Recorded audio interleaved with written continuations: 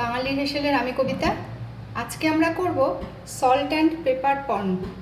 চিংড়ি মাছ দিয়ে আইটেমটা স্টার্টার হিসেবে এটা কিন্তু খুব সুন্দর এবং সুস্বাদু খেতে হয়। চিংড়ি মাছগুলোকে ভালো করে ধুয়ে নিয়েছি।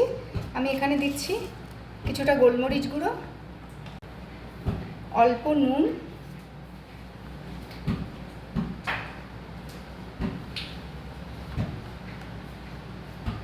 কর্নফ্লাওয়ার আর ময়দা মিশিয়ে দিচ্ছি 1.5 চামচ মতন।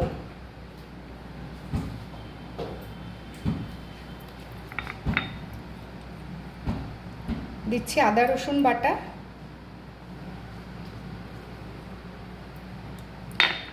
দিচ্ছি অল্প লেবুর রস, পাতি লেবুর রস, না থাকলে ভিনিগারও দেওয়া যেতে পারে। এটাকে ভালো করে এবার মেখে নেব। আর দেব একটা ডিম ভালো করে ফাটিয়ে রেখেছি। এখানে একটা পুরো ডিম লাগবে না, আমি এখানে যতটা পরিমাণ লাগবে সেটা দিচ্ছি।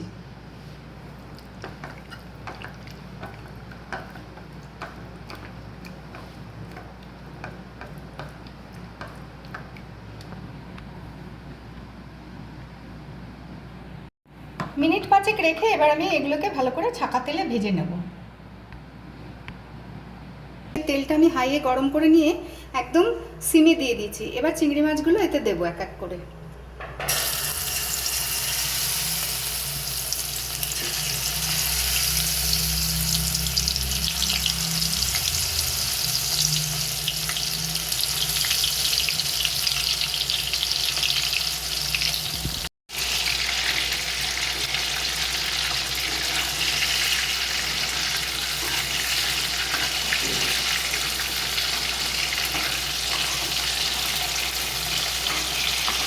চিংড়িটা সুন্দর গোল্ডেন করে ভাজা হয়ে গেছে, এবার এগুলো তুলে নিচ্ছি।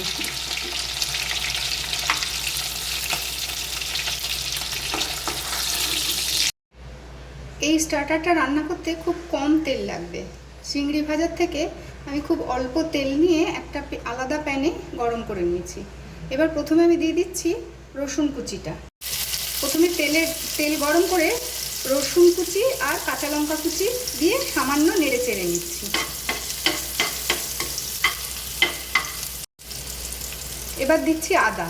আমি এখানে আদাটা পেস্ট দিয়েছি, চাইলে কেউ জুলিয়ান কাট আদাও এখানে দেওয়া যেতে পারে।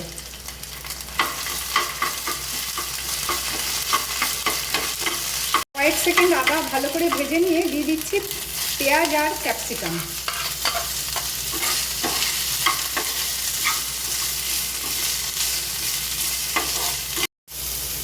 এখানে দিচ্ছি অল্প নুন স্বাদ মতন।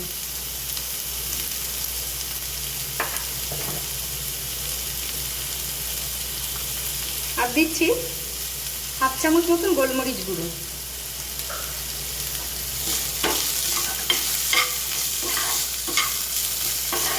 নুন দিলে পেঁয়াজটা এবং ক্যাপসিকামটা নরম হয়ে যাবে, সুন্দর ভাজাও হয়ে যাবে।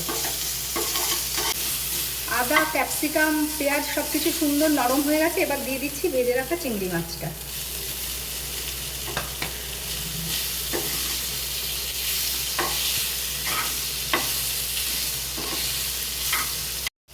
মিনিট 2 এইভাবে রান্না করে এবার দিয়ে দিলাম 2 টেবিল চামচ মতন সয়া সস।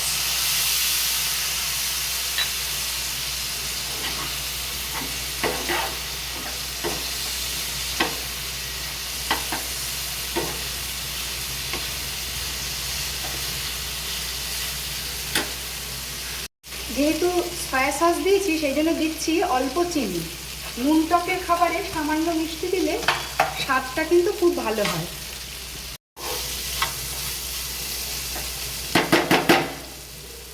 এবার দিয়ে দিচ্ছি অল্প অরিগানো আর ধনেপাতা কুচি।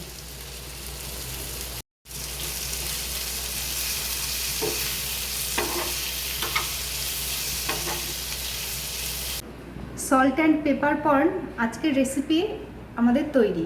এটা স্টার্টার হিসাবে ভীষণ সুন্দর খেতে হয়।